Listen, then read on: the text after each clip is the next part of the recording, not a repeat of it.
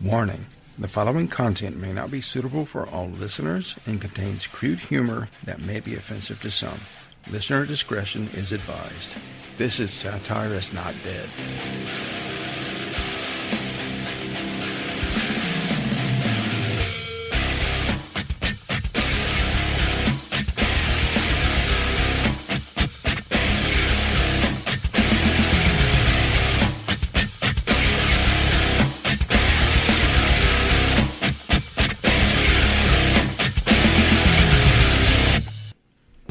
Welcome everyone, I am Harvey, your host, and we're back with more personal stories, satirical articles, and some real news that could be mistaken for satire.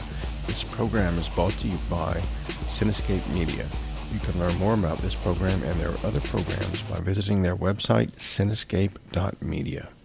So here we are, 1 week after my last podcast, and the COVID issue is escalating once again. And I live in Louisiana. The governor has not issued a stay-at-home order, but has issued a mandatory, quote-unquote, wear a mask in public. How exactly they're going to enforce that, I don't know. But I know in other parts of the country that there has been encouragement from other governors to, in no uncertain terms, and not word for word, they're going to shame people who aren't wearing their masks into either wearing them or leaving whatever establishment they are in. And I've heard several and read several stories on this behavior, but we're in a time in this country where 2 episodes ago I said I was making a social commentary and said that I can justify what I was saying by this country is a parody of what it once was, and it truly is. And every week there is something else. We're beyond the primary election right now. So, and I don't want to say what the hell else can happen next, but every week there is something. There's people out there, specifically, and groups like Antifa, and then there's BLM. But actually, I've read that members of BLM have not been happy with Antifa because Antifa is actually discrediting what BLM is doing. There's a lot of peaceful BLM members, and Antifa moves in and completely fucks everything up with their behavior. Now, as far as Antifa goes, 2 episodes ago I spoke at length about what I think about them. And so say they're paid protesters and, what have you. How they get their money and where the checks come from or whatever. Direct deposit. But there's a lot of people acting retarded out there. And as much as I say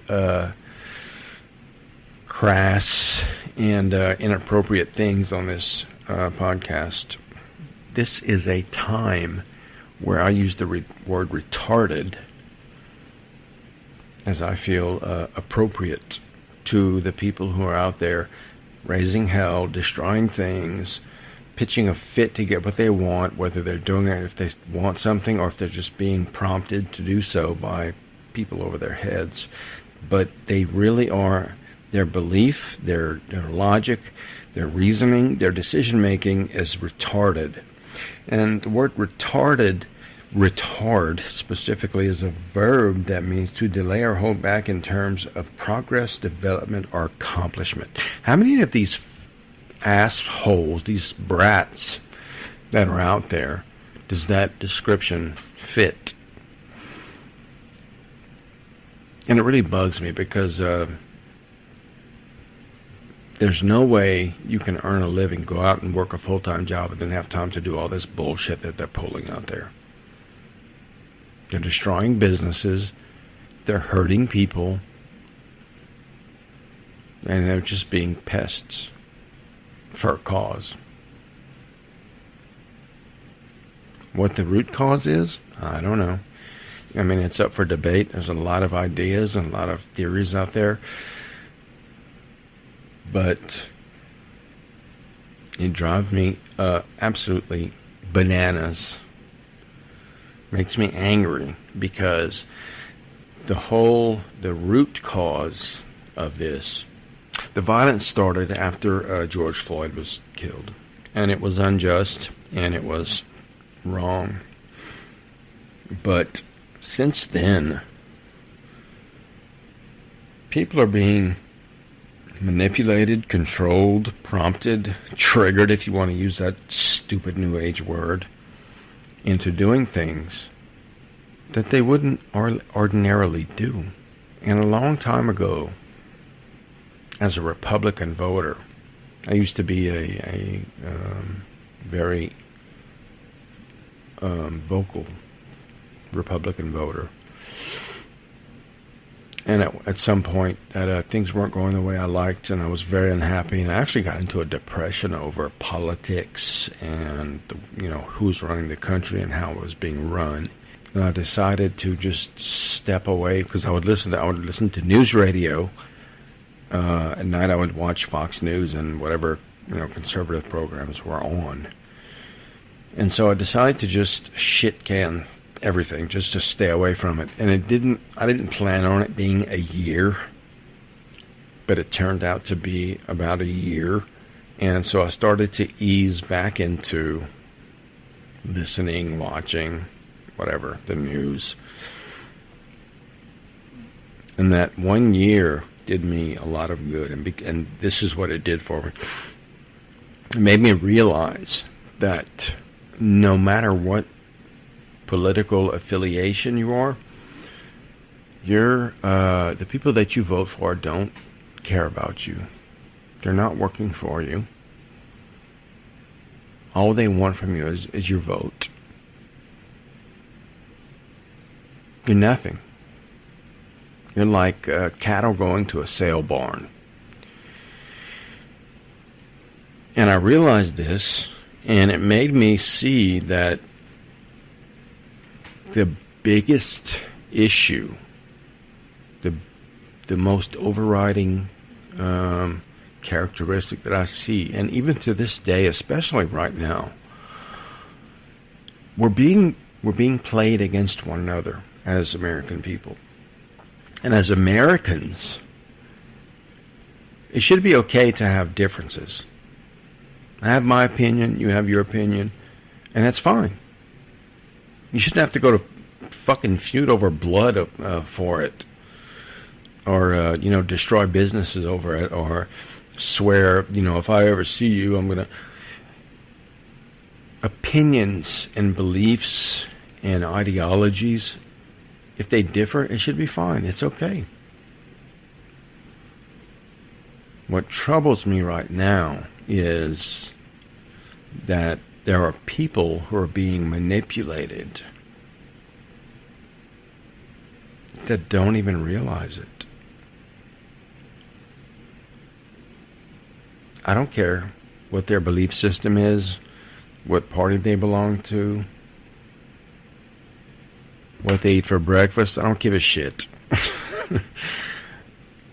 There are people, a lot of people out there, and it's not all protesters. Many of them are 9 to 5 people going to work every day, and they come home and they frickin' start this bullshit commentary, these ridiculous posts on social media. But the people are being manipulated, and we are being.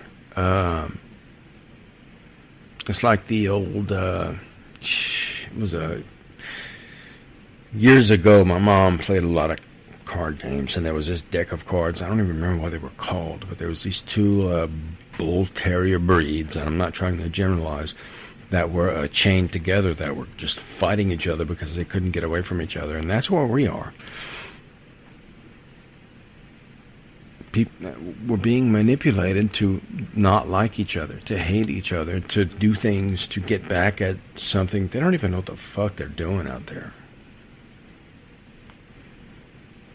And it's sad, because how do you make someone like that realize what they're doing and how they're being manipulated? Do you go to the protest and say, grab them by the shirt and say, hey man, you're being, what you gonna get? You can get a brick broken across your head, and you can end up going to the hospital and you haven't changed a thing. And as far as social media goes, what do?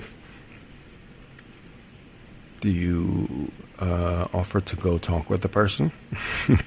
In this day and age, no.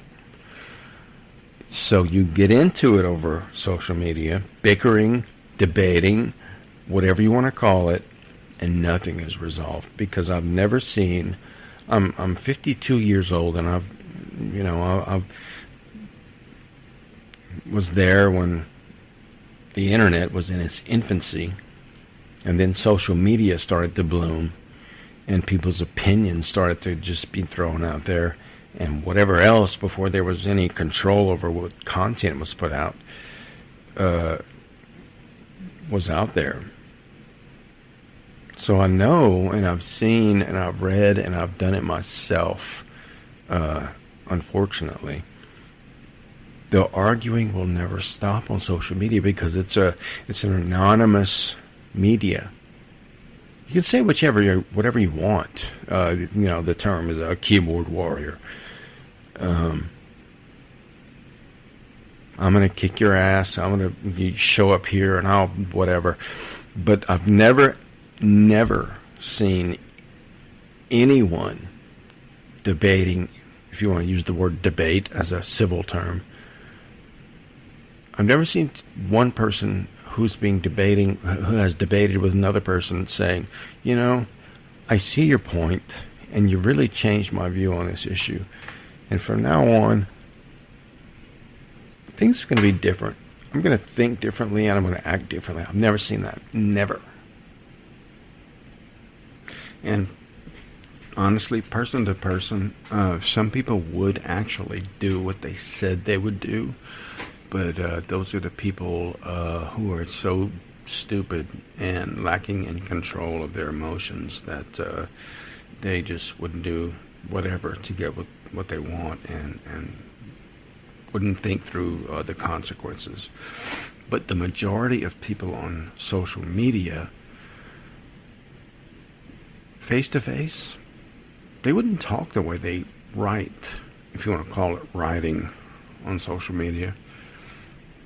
Sometimes I think these fucking dum-dums use their feet to type whatever response they're putting on, because it looks like if the alphabet fell down a fucking flight of stairs, you would see a lot of what's on social media. But regardless, most people wouldn't do what they would say they do on Facebook. Social media. It's not just Facebook. There's many, many different platforms. But Facebook is the most popular, or the most, used. Now, there's comment sections on the fucking Amazon where there's a product review, people bicker. It's ridiculous. But I'm to the point where I see what's happening, and I don't understand how people can't see it, how they can't know,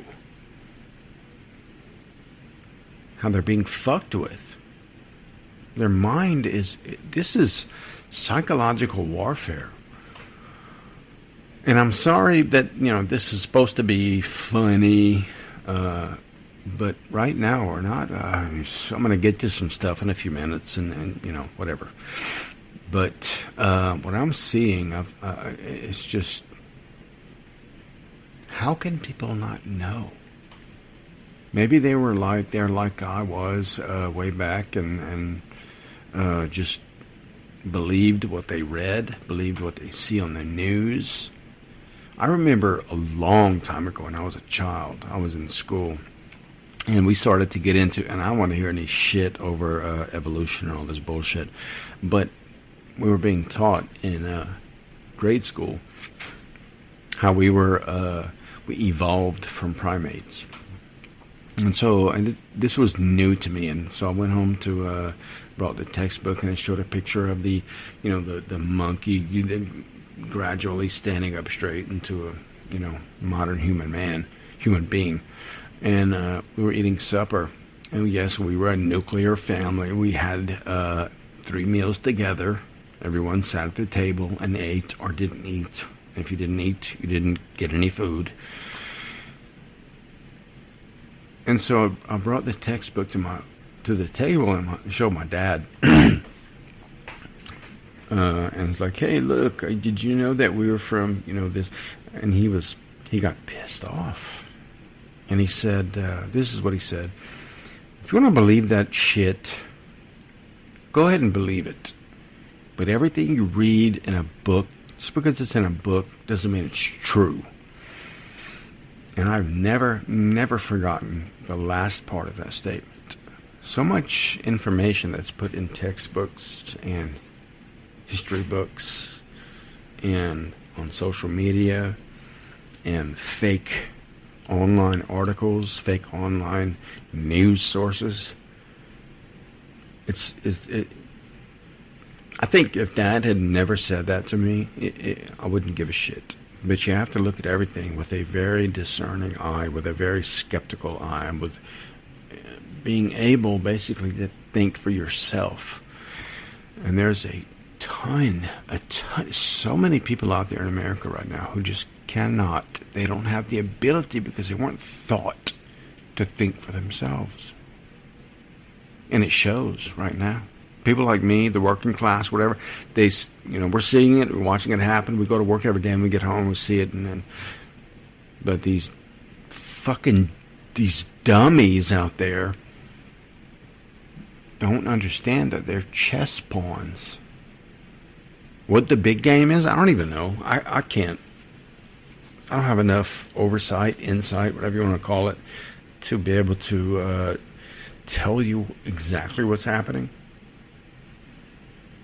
There's a lot of stuff I've read over the years, and I think I know, but I can't authoritatively say I know what's happening right now. But I just wish people would see it and start to work together. Because if we would do that as a nation, civilians, voting people, I don't care if you're on welfare, retirement, whatever, if we all started to work together, we could really fuck the government up and make it act the way it's supposed to act. And until we do that, this country is like a fully loaded freightliner on the ocean at full steam. To turn it around would take an enormous radius to get it going back in the other direction. And until we all pull together, I don't mean to be a pessimist, it's not going to happen. Not in my lifetime, anyway. Now, I know I said I was going to get into something funny. Okay, faggot, what's next? But just hold your horses, DeLuise. Don't be an asshole. Good Lord. Tucker Carlson slams Seattle employee training on undoing whiteness. This article came across my radar, and I want to read it. Because if you would take Tucker Carlson out of the article and Fox News, you would swear this came from The Onion. It's so absurd, but it's a testament to what's happening now, right now, as we speak. Fox News host Tucker Carlson urged people to stand up to racial hatred, which he views in the Seattle's new training session held for white employees to undo their whiteness as it relates to certain privileges. The city of Seattle summoned its white employees and only its white employees, to a meeting and then inform them that their skin color is a crime. They were told their white qualities were offensive and unacceptable. Those qualities included perfectionism, objectivity, and individualism. White employees were told to stop exhibiting their characteristics and undertake the work of undoing their whiteness. How the fuck do you do that exactly?